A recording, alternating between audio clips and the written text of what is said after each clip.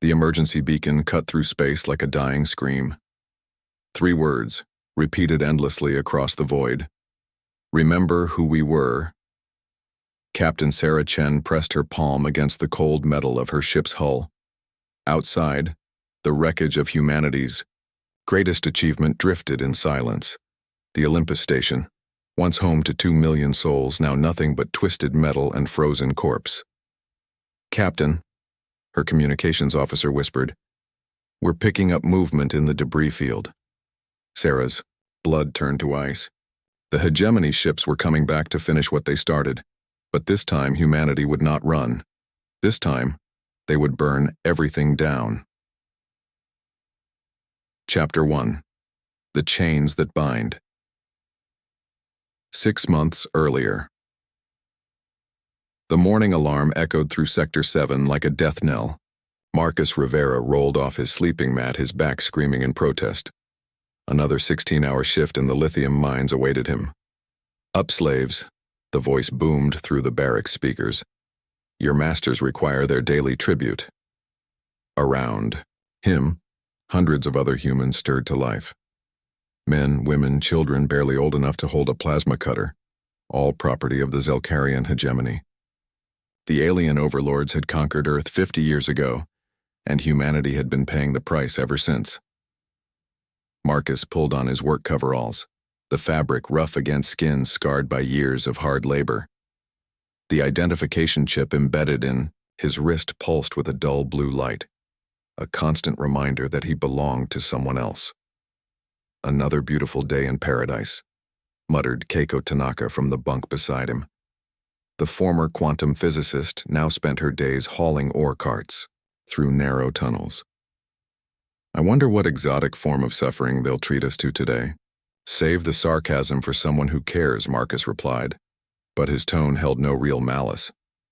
In this place, dark humor was sometimes the only thing keeping them sane. The barracks doors hissed open, and the overseer strode in. Standing nearly 8 feet tall, the Zelkarian's gray skin seemed to absorb the harsh fluorescent light. 4 arms moved with mechanical precision as it consulted its datapad. "Production quotas were not met yesterday," the creature announced, its translator giving its words an emotionless, robotic quality. "Rations will be reduced by 15%. A child began to cry somewhere in the crowd. Marcus felt his hands clench into fists. "However," the overseer continued, "the High Command has graciously decided to reward exceptional performance. The human designated as Chen Sarah will be transferred to the Olympus Station Research Facility." Marcus's heart lurched. Sarah was one of the few people here who still remembered what it felt like to hope. She'd been working on something in secret. He didn't know what, but her eyes had held a spark lately that reminded him of the old days, before the conquest. "Where is this human?" the overseer demanded. Sarah stepped forward from the crowd. Even after years of captivity, she carried herself with the bearing of someone who refused to be broken. Her dark hair was streaked with gray now, and her face showed the lines of constant stress, but her eyes burned with quiet defiance. "I'm here," she said simply. "You will report to Transport Bay 12 in 1 hour. Bring nothing. You own nothing." As the overseer turned to leave, Sarah caught Marcus's eye. For just a moment she smiled, and Marcus saw something in that smile that made his chest tight with a feeling he'd almost forgotten. Hope. The transport ship was cramped and cold. Sarah sat shackled to a metal bench alongside a dozen other human transfers. But her mind was elsewhere. Hidden in the false bottom of her boot was a data chip, 3 years of painstaking work compressed into a device no larger than her thumbnail. She'd discovered it by accident while analyzing mineral samples. The Zelkarians had made a mistake when they forced humanity's brightest minds into manual labor. They'd assumed broken spirits meant broken minds. They were wrong. The quantum resonance patterns in the lithium ore weren't natural. Someone, or something, had been manipulating matter at the subatomic level. The implications were staggering, but Sarah needed access to real equipment to prove her theory. Now being transferred to Olympus Station, she might finally get that chance. "First time off-world?" asked the woman sitting beside her. She was young, maybe 25, with the calloused hands of a fabrication worker. No, Sarah replied. I was on Luna Base when the war ended. Spent 2 years helping build their first processing facilities. The woman's eyes widened. You're one of the survivors from the resistance. Sarah shook her head. There was no resistance, just people trying to stay alive. But the stories are just stories. Sarah's voice carried a weight that shut down further conversation. But as she stared out the small porthole at the stars beyond, Sarah allowed herself a small smile. Soon the Zelkarians would learn that some stories had a way of becoming reality. Olympus. Station hung in space like a metal spider, its multiple arms reaching out into the void. As their transport approached the docking bay, Sarah could see the massive construction projects extending from the station's core, new modules being added constantly, each one representing another step in humanity's exploitation. The docking procedure was efficient and cold. Armed Zelkarian guards herded the human transfers through sterile corridors lined with surveillance equipment. The air recyclers hummed with an alien rhythm that never quite felt natural to human ears. Fresh meat, muttered one of the guards in their clicking, chittering language. Sarah's years of forced labor had given her a working knowledge of Zelkarian, though she was careful never to let on. They were processed like cargo. Medical scans, psychological evaluations, skill assessments, all designed to determine how best to exploit their particular talents. When Sarah's turn came, she deliberately answered most questions incorrectly, presenting herself as a competent but unremarkable technician. She couldn't afford to attract attention. Not yet. Her assigned quarters were a tiny cube barely large enough for a bed and a small desk.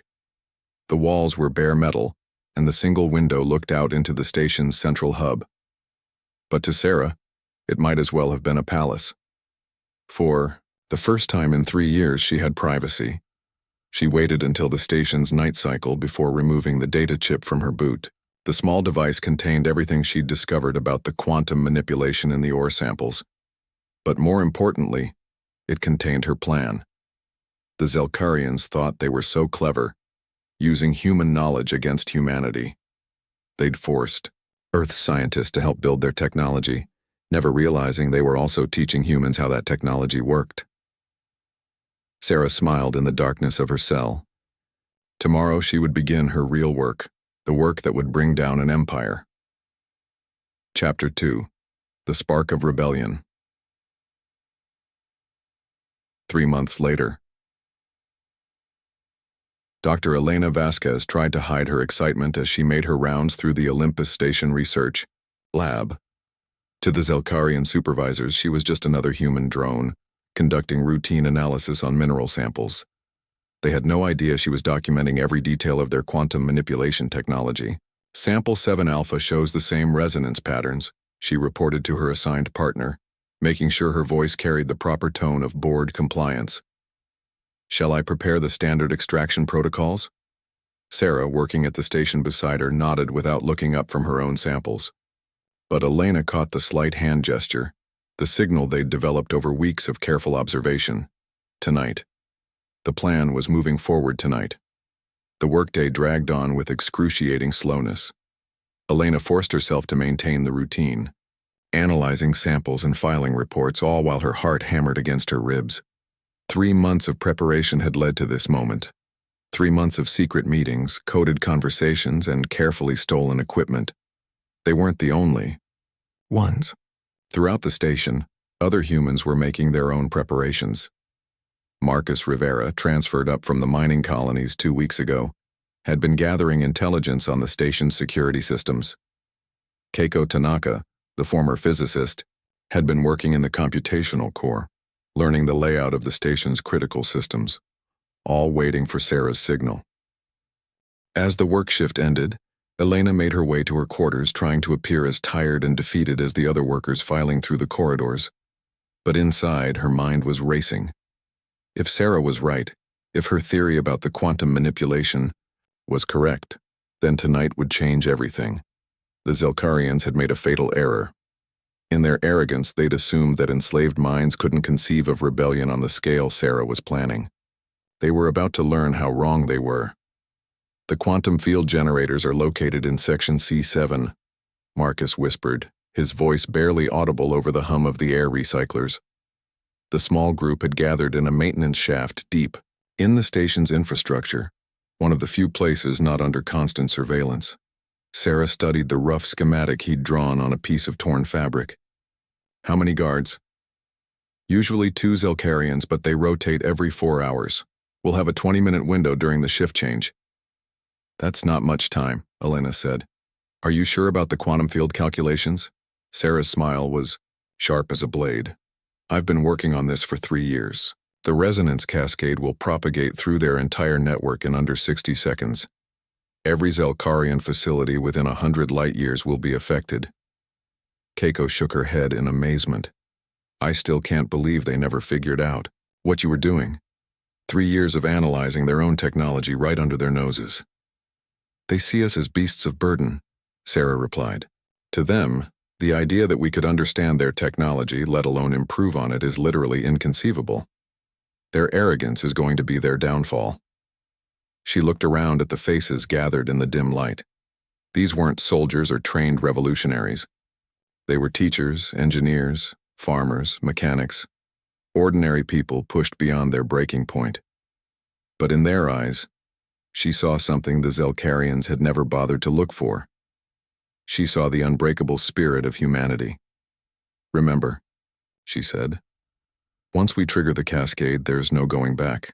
The quantum feedback will destroy every piece of Zelkarian technology on this station. That includes life support, artificial gravity, and communications. We'll have maybe 30 minutes before the emergency systems fail completely. The escape pods? Marcus asked.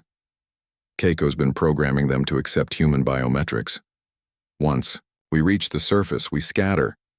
Some of us won't make it. That's the reality we have to face, but for those who do... She didn't need to finish. They all understood. The cascade wouldn't just destroy the station, it would cripple the Zelkarian fleet in this system. For the first time in 50 years, humanity would have a chance to fight back. Any questions?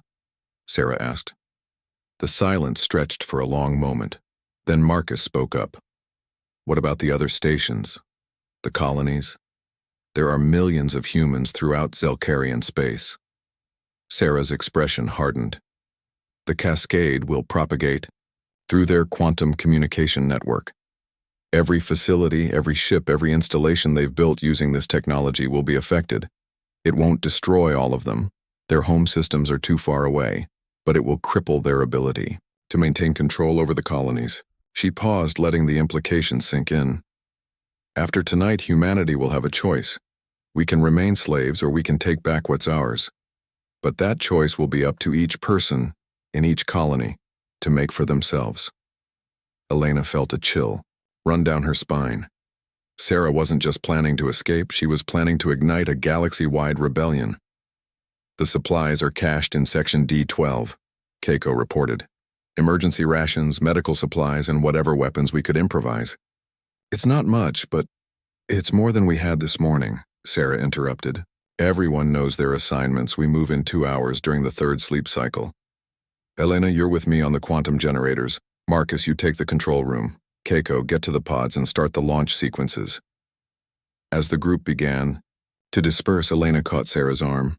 Are you really sure about this? She whispered. The calculations, I mean. If you're wrong, then we die free instead of living as slaves, Sarah replied. That's a choice I can live with. Elena nodded slowly. As she made her way back to her quarters, she thought about the message they'd been instructed to broadcast, if the plan succeeded. 3 simple words that would echo across the galaxy. Remember who we were. But as she settled into her bunk to wait for the signal, Elena realized those words weren't quite right. This wasn't about remembering the past, it was about reclaiming the future. Tonight, humanity would remember who they could become. The station's corridors were dimly lit during the sleep cycle, casting long shadows that provided perfect cover for their movements. Sarah moved through the maintenance tunnels with practiced silence, every nerve in her body singing with tension. Behind her, Elena carried the modified quantum resonator they'd constructed from stolen components. The device was crude compared to Zelkarian technology, but it would serve their purposes. Sometimes a hammer was more effective than a scalpel. "Security checkpoint ahead," Elena whispered. Sarah peered around the corner. 2 Zelkarian guards stood at their posts, their forearms moving in the slow hypnotic patterns of beings fighting boredom.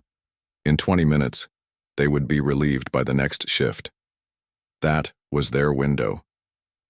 "Remember," Sarah breathed, "once we trigger the cascade, everything changes. No matter what happens after that, we don't stop.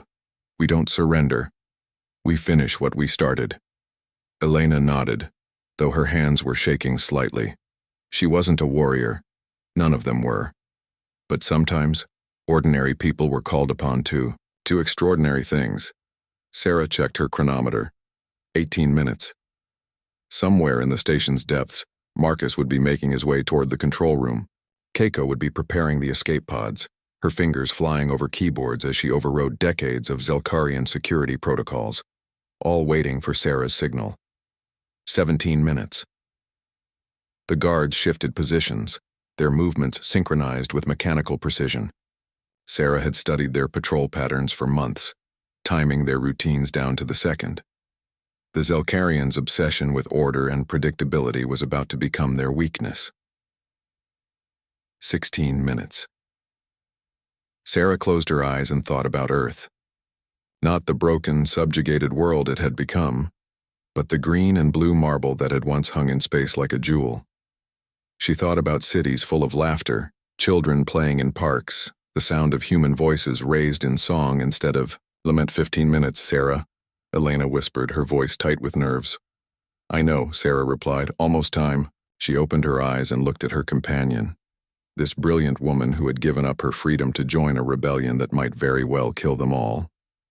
In Elena's face, she saw the same thing she'd seen in every human who had chosen to stand.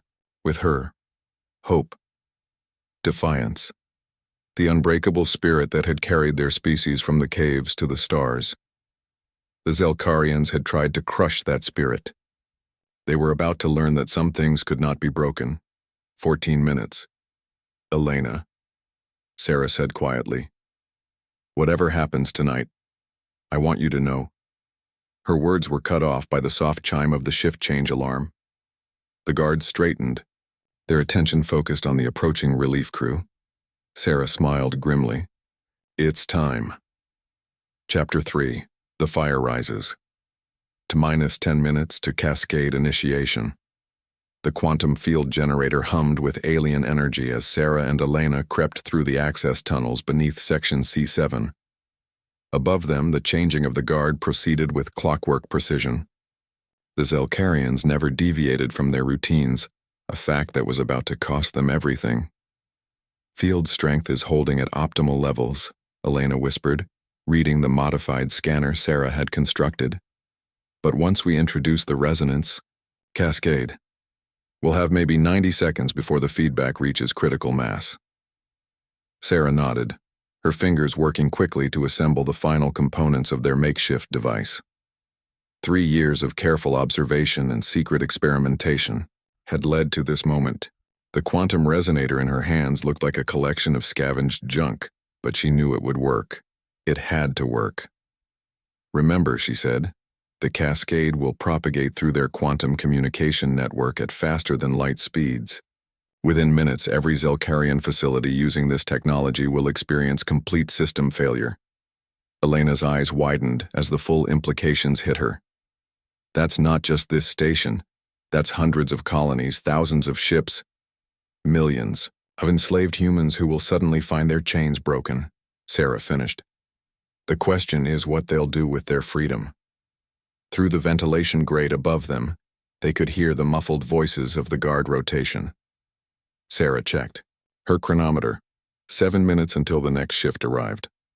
"Sarah," Elena said quietly, "what if some of them don't want to be free?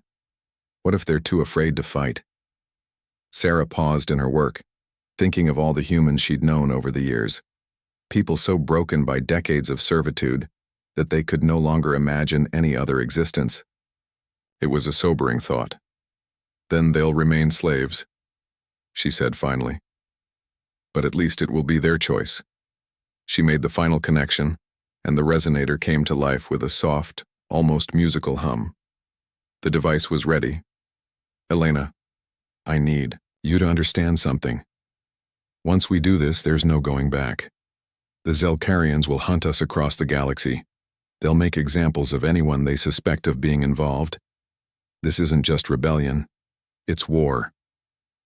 Elena met her gaze steadily. Good, she said. I'm tired of peace. Meanwhile, in the station control room, Marcus Rivera pressed himself against the cold metal wall as two Zelkarian technicians passed by the corridor junction. His heart hammered against his ribs, but his hands were steady as he checked. The improvised weapon at his belt, a plasma cutter modified to deliver a concentrated burst of energy. He wasn't a killer. Before the conquest, he'd been a construction engineer, building homes for families on the outer colonies. But 50 years of slavery had a way of changing a person. The control room lay just ahead, its reinforced doors sealed with Zelkarian bio-locks. But Marcus had spent weeks studying the security systems, learning their weaknesses. The aliens' reliance on their superior technology made them complacent. They never expected their slaves to understand the very systems that kept them imprisoned. Marcus smiled grimly as he attached the override device to the door's control panel. Keiko had built it using components stolen from the computational core, a testament to human ingenuity and the power of collaboration. The lock disengaged with a soft click. Inside, a single Zelkarian operator monitored the station's systems from a central console. The alien's forearms moved in complex patterns as it managed data streams from across the facility, completely unaware of the danger creeping up behind it. Marcus raised the modified plasma cutter and took aim. He thought of his daughter, killed during the initial conquest. He thought of his wife worked to death in the factories of Titan. He thought of 50 years of humiliation, brutality, and despair. This is for humanity, he whispered, and pulled the trigger. In the escape pod bay, Keiko Tanaka's fingers flew across the control interfaces as she worked to override the escape pod systems. The Zelkarians had designed their technology to be tamper-proof, but they'd underestimated human creativity. Years of forced labor had taught her their systems better than they knew them themselves. Come on, she muttered, watching lines of code scroll across her improvised terminal. Just a few more minutes. The pods were designed to only respond to Zelkarian biometrics, a safeguard to prevent exactly what she was attempting. But the quantum processors that ran the recognition software had a fundamental flaw. They couldn't adapt to truly creative solutions. Keiko wasn't trying to fool the system into thinking she was Zelkarian. Instead, she was convincing it that the concept of biometric locks no longer applied. It was a philosophical hack as much as a technical one, redefining the very nature of identity within the system's quantum matrices. Keiko. The voice behind her was barely a whisper. She spun around to find Dr. James Morrison, one of the other research staff, standing in the doorway. His face was pale, his eyes wide with fear. James, she said carefully. What are you doing here? I know what you're planning, he said. I heard the others talking. Keiko, you have to stop this. If the Zelkarians find out, they'll kill us all.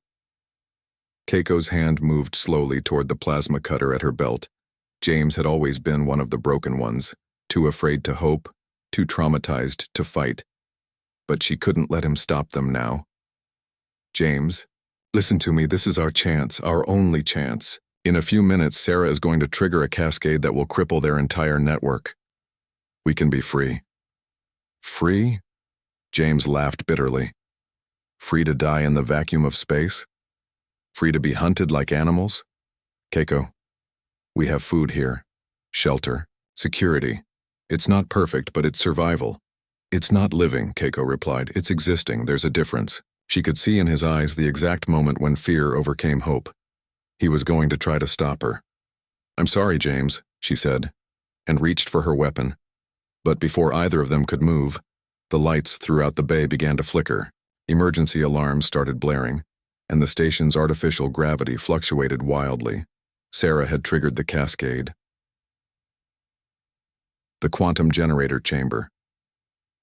The resonance cascade began as a barely audible hum, but within seconds it had grown to a roar that seemed to shake the very fabric of spacetime. Sarah watched in grim satisfaction as the Zelkarian quantum generators began to overload, their carefully calibrated systems thrown into chaos by the resonance frequency she'd discovered. "It's working," Elena shouted over the noise. "The feedback is propagating through their network faster than their safety systems can compensate." Around them, the station shuddered as primary systems began to fail. Emergency lighting flickered on, casting eerie red shadows across the generator chamber. The artificial gravity generators were among the first to go, leaving them floating in the sudden weightlessness. "How long until life support fails?" Elena asked. Sarah consulted her modified scanner, watching as the cascade spread through the station's systems like a virus. 12 minutes, maybe less. We need to get to the escape pods now." They pushed off from the walls, using their momentum to navigate through the corridors as the station's infrastructure collapsed around them.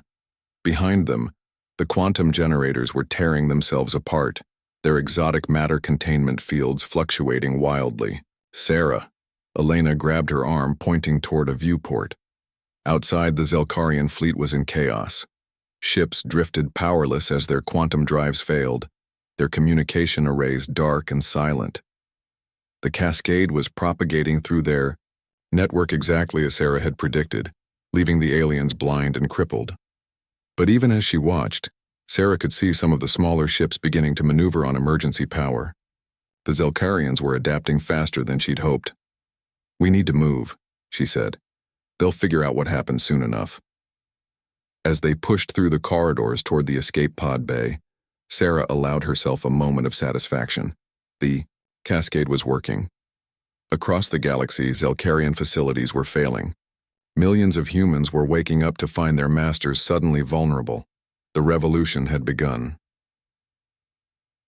12 minutes after cascade initiation. The escape pod bay was in chaos. Emergency lighting cast everything in hellish red as humans and the few remaining functional Zelkarians scrambled for the limited number of pods. The artificial gravity was failing intermittently, sending bodies and equipment floating through the air in zero-G bursts. Marcus had made it back from the control room, his clothes stained with alien blood. Keiko was at the pod controls, her face tight with concentration as she worked to override the launch systems. "How many pods are functional?" Sarah shouted over the emergency alarms. 18 out of 30, Keiko replied. "I can get them to accept human biometrics, but the launch systems are tied into the main power grid. When that goes down, we'll have to launch manually," Marcus interrupted. "How long until complete system failure?" Sarah checked her scanner. The cascade was eating through the station's infrastructure like acid. 8 minutes, maximum. Around them, other humans were loading into the escape pods. Scientists, technicians, maintenance workers. People who had never expected to be heroes but who had chosen freedom over safety. Sarah felt a surge of pride as she watched them help each other into the cramped vehicles. "Sarah," Elena said quietly. "The Zelkarian ships. Some of them are still maneuvering. They'll be tracking the pods." "I know," Sarah replied. "We'll have to scatter once we launch, make ourselves harder targets." She turned to address the group. "Listen up. Once we launch, we don't try to stay together. The pods have enough life support for 6 hours and enough fuel to reach the nearest habitable system. Some of us won't make it. That's the reality. But for those who do, remember what happened here tonight." "Where will we go?" someone asked. Sarah smiled grimly. "Anywhere but here. The cascade is propagating through their entire network. Colonies across the galaxy are going dark. This is our chance to disappear into the chaos and rebuild." Keiko looked up from her console. "Launch systems are ready. But Sarah, someone needs to stay behind to initiate the sequence.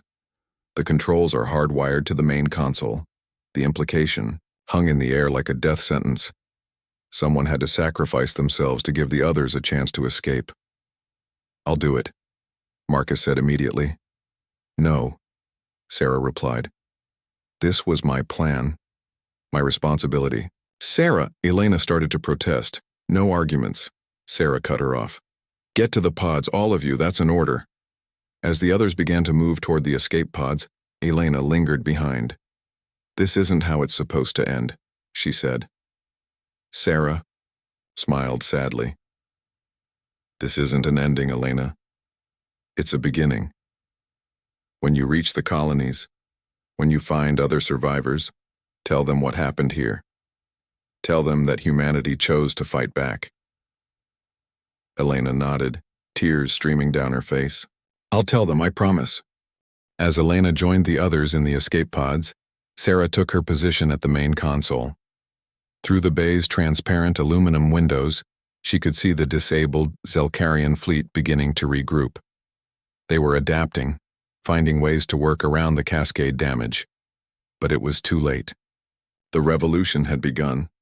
Sarah placed her hand on the launch control and prepared to give her life for humanity's freedom. Remember who we were, she whispered, and pressed the button. Chapter 4. The Price of Freedom. 6 hours after Cascade.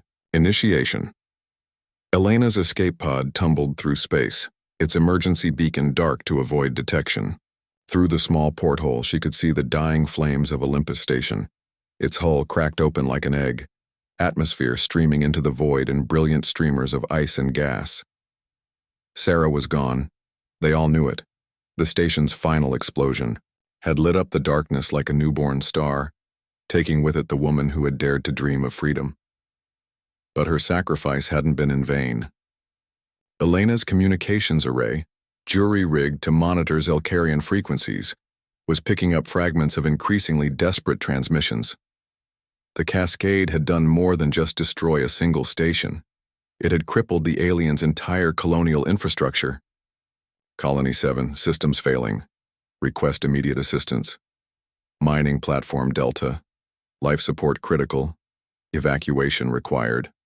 Fleet command. Communication network compromised. Unable to maintain contact with outer territories. Elena smiled grimly as she listened to the reports. Sarah's plan was working better than they'd dared hope. The quantum cascade was propagating through the Zelkarian network faster than their engineers could compensate, leaving their empire blind and paralyzed. But the victory came with a price. Her pod's sensors showed only 12 other escape pods, on similar trajectories. 7 had been destroyed by Zelkarian interceptors before they could escape the system. Of the 150 humans who had lived on Olympus Station, fewer than 40 had survived the night. It was a sobering reminder that freedom was never free. Elena checked her navigation system. The nearest habitable system was Kepler 442, a red dwarf with 2 potentially livable worlds. If her calculations were correct, she'd reach the system in 18 hours, assuming her life support held out, and she could avoid Zelkarian patrols. As her pod drifted through the darkness, Elena thought about Sarah's final message. Remember who we were. But the more she considered those words, the more she realized they were incomplete. This wasn't about remembering the past. It was about choosing the future. Kepler 442 system, 18 hours later. The planet Kepler 442b hung in space like a blue-green jewel, its surface marked by vast oceans and continental landmasses. Elena's pod touched down in a shallow sea, its hull hissing as it made contact with the alien water. She was alive. Against all odds, she had made it. The pod's scanner indicated breathable atmosphere and non-toxic water. Elena opened the hatch and stepped out onto an alien shore, her feet sinking into sand that felt remarkably like the beaches of her childhood on Earth. Around her, other escape pods were scattered along the coastline like metallic eggs. Survivors emerged into the strange new sunlight. Marcus Rivera, his face grim but determined. Keiko Tanaka, her hands already busy with salvaging equipment from the pods. Dr. Morrison, who had chosen freedom over fear at the last moment. 37. Humans in total. the remnants of Olympus Station, cast adrift on an alien world with nothing but their knowledge and their determination to survive. What now? Someone asked. Elena looked around at the faces of her fellow survivors, engineers, scientists, technicians, laborers, people who had been slaves just hours ago but who had chosen to risk everything for the chance to be free. Now, we build, she said. We build a new world, a human world, and we make sure the galaxy never forgets what happened at Olympus Station. Marcus nodded slowly. The Zelkarians will come looking for us eventually. When their systems come back online, they'll want revenge. Let them come, Keiko said, her voice hard as steel. We know their technology now. We know their weaknesses. And we won't be slaves again. Elena smiled, thinking of Sarah's sacrifice and the cascade that was still spreading through Zelkarian space. They called us slaves, she said, but we burned their legacy to the ground, and from those ashes we'll build something better. As the alien sun set over their new world, the survivors began the long work of building a new civilization. They would face challenges. The Zelkarians would indeed come looking for them, and the galaxy was a dangerous place for a small group of human refugees.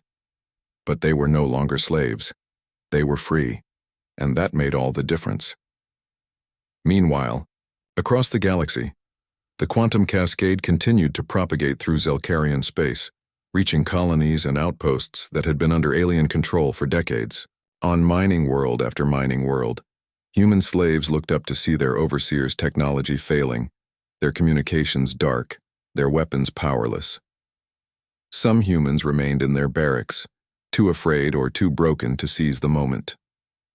But others, engineers who remembered how things worked, soldiers who had never forgotten how to fight, ordinary people who had been pushed beyond their breaking point, began to move. On Proxima Centauri B, Dr. Jonathan Hayes led a revolt that liberated 3,000 human workers, using improvised weapons to overwhelm their confused guards. In the Tau Ceti system, former Earth Defense Force Colonel Maria Santos organized scattered human populations into guerrilla units, hitting Zelkarian installations while their defenses were down. On dozens of worlds and hundreds of facilities, the same scene played out, humans remembering who they used to be and deciding who they wanted to become. The cascade that Sarah Chen had triggered wasn't just destroying Zelkarian technology, it was igniting the spark of rebellion in every human heart it touched. The galaxy would never be the same. 3 months later, Zelkarian High Command. Supreme Commander Vexthak stared at the tactical display with mounting fury. Red icons marked failed colonies, disrupted communications, and destroyed installations across a third of their empire. The quantum cascade had been contained, but the damage was catastrophic. How many colonies have we lost contact with? He demanded. 47 confirmed, with another 33 reporting significant human insurgency, replied his intelligence officer. The cascade appears to have originated from Olympus Station, but our investigation teams found no survivors. And the human populations? Scattered. Many have fled to uninhabited systems or hidden themselves in the outer territories. Intelligence suggests they're organizing, sharing information about our technology and tactical weaknesses. Vexthak's forearms clenched into fists. For 50 years, humanity had been a docile, broken species, useful for labor but incapable of meaningful resistance. The events at Olympus Station had changed that overnight. Deploy the Third Fleet to the affected systems, he ordered. I want every human colony identified and destroyed. No survivors. No mercy. Sir, the intelligence officer said carefully, that would mean killing millions of beings. The other species in the hegemony might view such actions as excessive. Vexthak turned his cold, alien gaze on his subordinate. The humans have demonstrated that they cannot be trusted. They are a virus in our empire, and viruses must be eradicated before they spread further. The intelligence officer bowed his head in submission. It will be done, Supreme Commander. But as the meeting ended and the orders went out across what remained of the Zelkarian communication network, neither alien realized that their conversation had been intercepted. Deep in the abandoned sectors of a crippled listening post, A human engineer named David Park listened to every word through hijacked communication relays. The Zelkarians were planning genocide, but this time, humanity would be ready. 6. Months after the Cascade, New Haven Colony. The settlement on Kepler 442b had grown from a desperate handful of survivors to a thriving community of nearly 300 humans. Word had spread through hidden networks and coded transmissions. Sarah Chen's rebellion had lit a fire that was spreading across the galaxy. Elena stood on the observation deck of their newly constructed communications array, watching as another transport ship descended through the atmosphere. More refugees, more survivors, more people who had chosen freedom over safety. "That's the fourth ship this week," Marcus said, joining her at the observation window. His hair was streaked with gray now, and his hands bore the calluses of someone who had spent months building a new world from scratch. "Word is spreading," Elena replied. "The Zelkarians are retaliating, but they're making mistakes. Every colony they destroy just makes more humans willing to fight. Any word from the outer territories?" Elena nodded, her expression grim.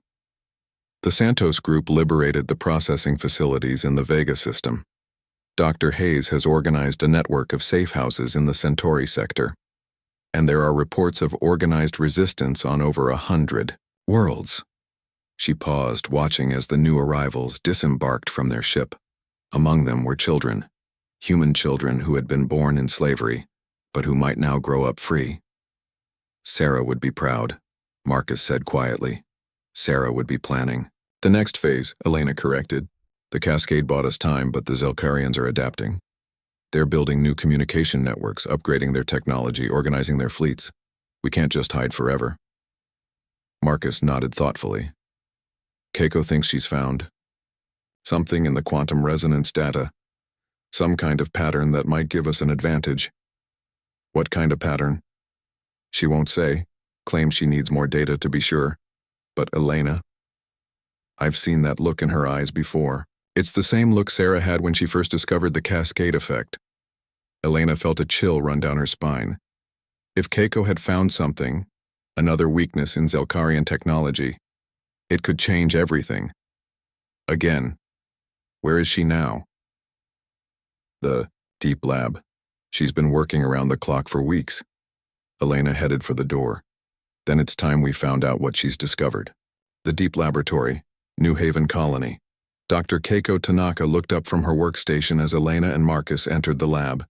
Her eyes were bloodshot from lack of sleep, her hair unkempt, but there was an intensity in her expression that reminded Elena powerfully of Sarah Chen in her final days. "You found something," Elena said. It wasn't a question. Keiko nodded, gesturing to the holographic display floating above her workstation.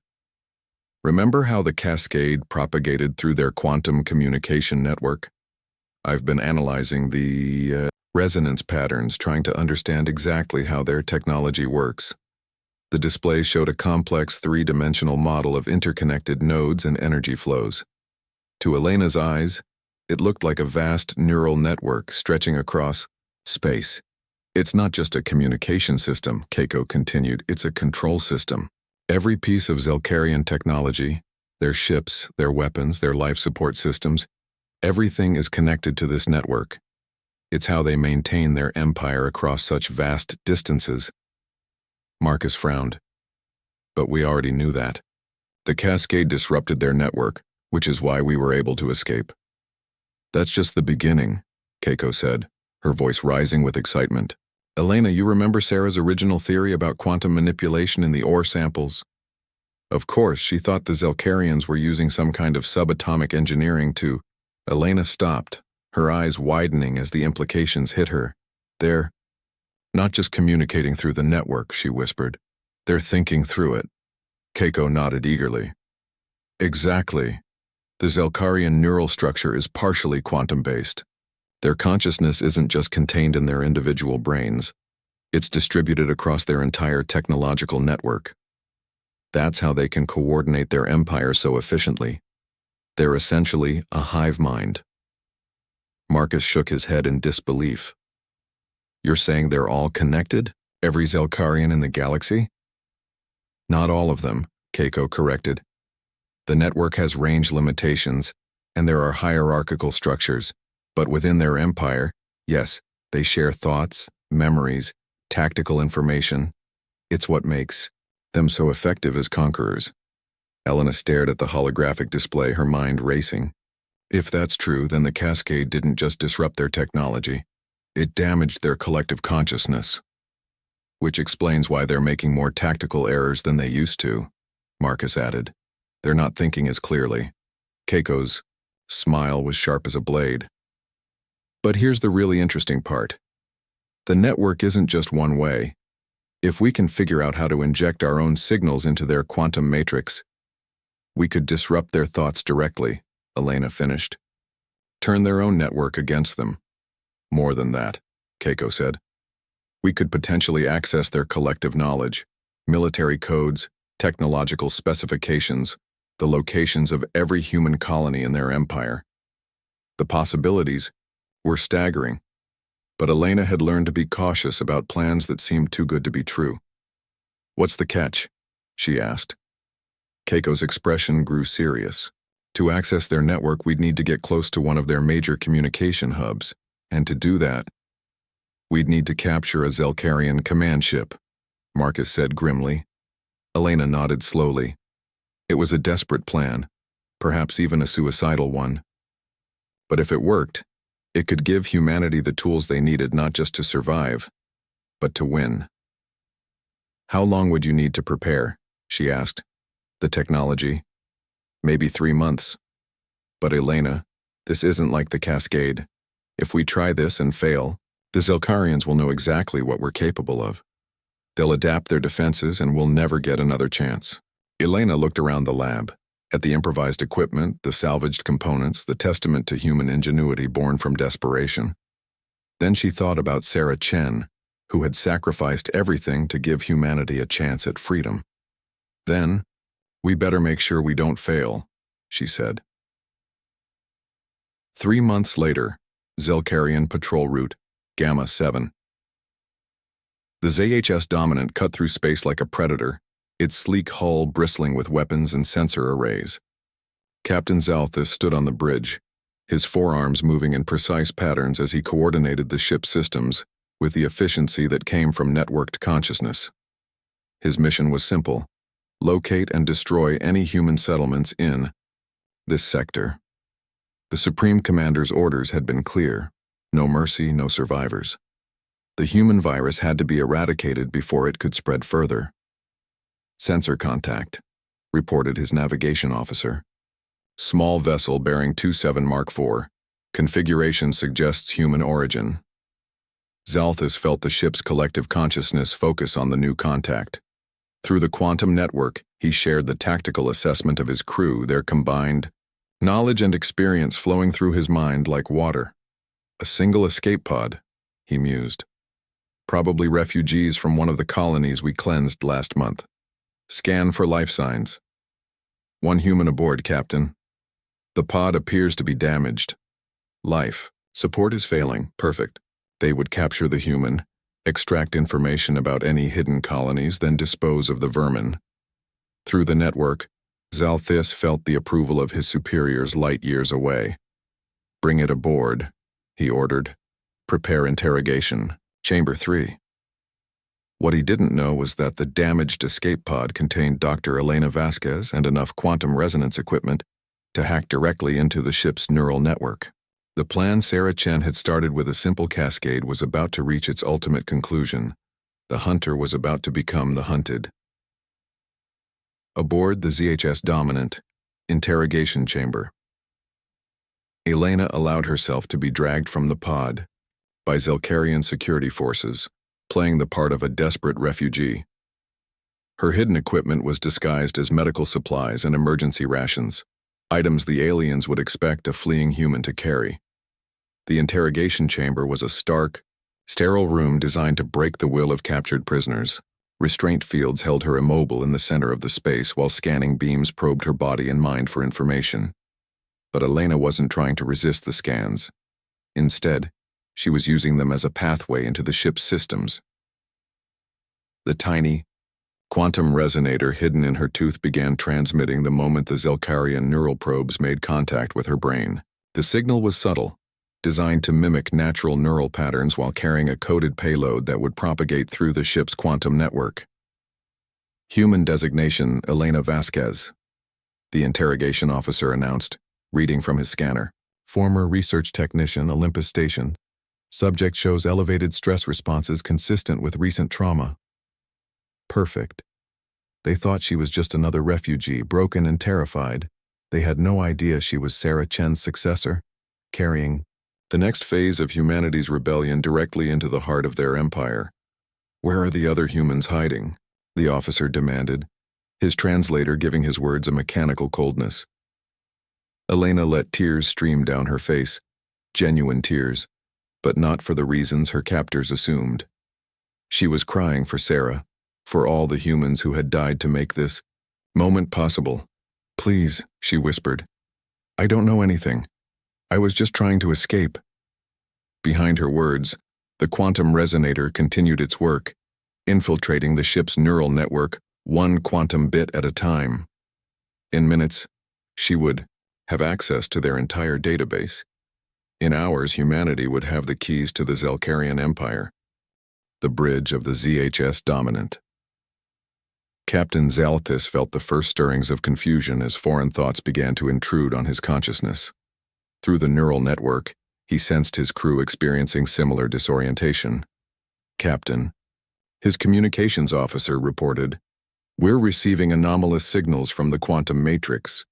The network integrity is—" The officer's words cut off abruptly as the ship's collective consciousness suddenly exploded with alien thoughts, memories, and emotions. Human thoughts. Zalthis staggered as his mind was flooded with images. A blue world covered in green continents and white clouds. Cities filled with laughter and music. Children playing in parks under a yellow sun. The taste of chocolate and the feeling of rain on skin. Earth. These were memories of Earth. But mixed with the beauty were darker images. Cities burning under alien bombardment. Humans in chains. Children separated from their parents. The slow, grinding despair of 50 years of slavery. What is happening? He managed to gasp, fighting against the torrent of human consciousness flowing through the network. More memories flooded in, not just from one human, but from hundreds, thousands. The quantum resonator wasn't just transmitting Elena's thoughts. It was serving as a conduit for the collective memory of every human who had ever lived. Zalthis saw Sarah Chen's final moments as she triggered the cascade that began humanity's revolution. He felt Marcus Rivera's quiet determination as he fought to protect his fellow refugees. He experienced Keiko Tanaka's brilliant realization about the nature of Zelkarian consciousness. And through it all, he felt something the Zelkarian neural network had never encountered before. The unbreakable human spirit. The refusal to surrender even in the face of impossible odds. "Network integrity failing," screamed his technical officer. "The quantum matrix is being corrupted by foreign neural patterns." But it was too late.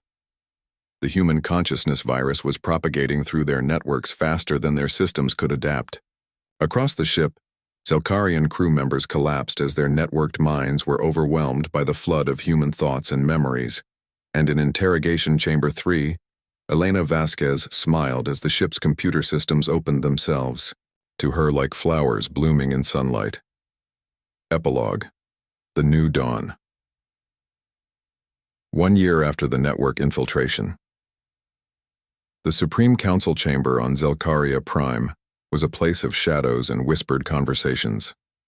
Where once the Empire's leaders had coordinated their thoughts through the quantum network with perfect efficiency, now they were forced to communicate through crude vocal speech, their collective consciousness shattered by the human virus that had spread through their systems.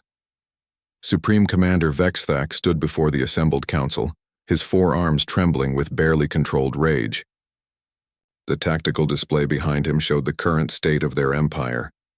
Over 200 worlds in open rebellion, communication networks compromised, and entire fleets either destroyed or turned against their former masters. The humans have Done more than break our chains, he announced to the silent chamber. They have turned our own technology against us. Our neural networks are compromised. Our quantum communication systems are unreliable. We cannot coordinate our forces across interstellar distances. What do you recommend, Supreme Commander? Asked Counselor Zeth Mara, her voice carrying the strain of someone forced to think independently for the first time in decades. Total withdrawal, Vexthak replied. We abandon the outer territories and consolidate our forces around the core worlds. Let the humans have their freedom, for now. We will rebuild, adapt our technology, and return when we are ready. It was a bitter admission of defeat. The Zelkarian hegemony, which had dominated this sector of the galaxy for centuries, was retreating before a species they had considered little more than clever animals. But in the depths of space, aboard ships and space stations scattered across 100 systems, humanity was celebrating. New Haven Colony, Elena's Memorial Garden. Elena Vasquez stood in the quiet garden she had built to honor Sarah Chen and all the others who had died for humanity's freedom. The alien flowers she had planted here bloomed in impossible colors under the light of the red dwarf star, creating a beauty that was entirely new, neither human nor Zelkarian, but something born from the merger of two very different worlds. The latest reports are in, Marcus said, joining her among the flowering plants. His hair was completely gray now, but his eyes held a peace that had been absent during their years of slavery. How many? Elena asked. 437. Worlds have declared independence from the hegemony. The Santos Group has established a provisional government in the Centauri sector. Dr. Hayes has set up research facilities in 17 systems, working on new technologies based on what we learned from the Zelkarian networks. Elena nodded, but her expression remained thoughtful. And the Zelkarians? Pulling back to their core worlds.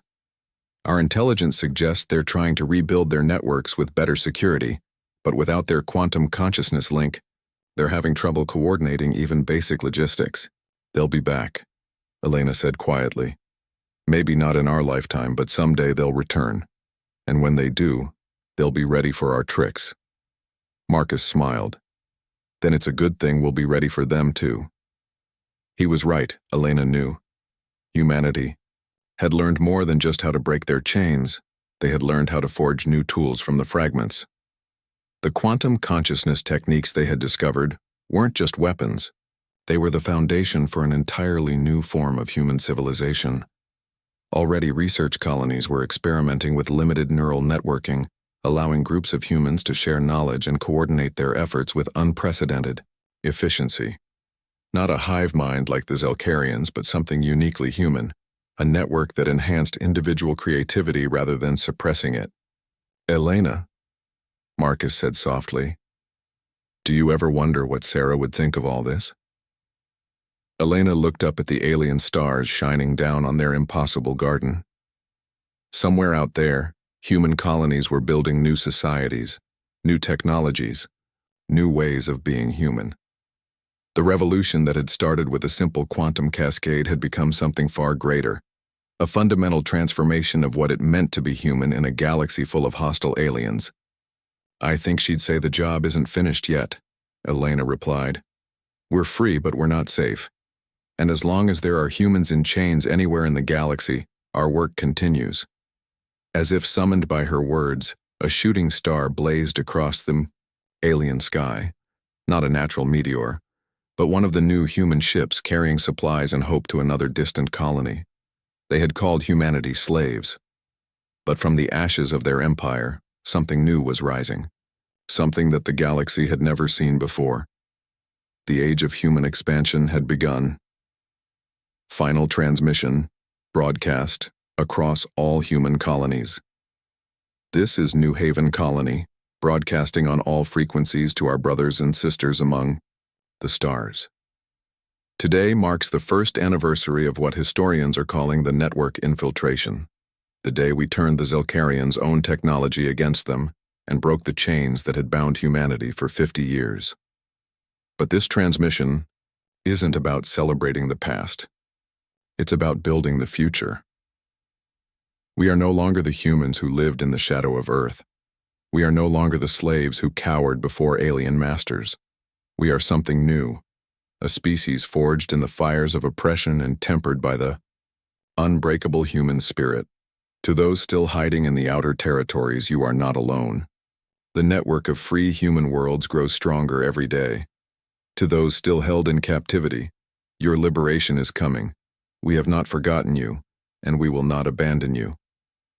To the Zelkarians listening to this transmission, you called us slaves, but we burned your legacy to the ground. And from those ashes we have built something you could never understand, a civilization based not on domination, but on freedom, not on fear, but on hope. We are humanity, we are free, and we are never going back. This is Elena Vasquez, speaking. For all free humans everywhere, remember who we were, remember who we chose to become. End transmission.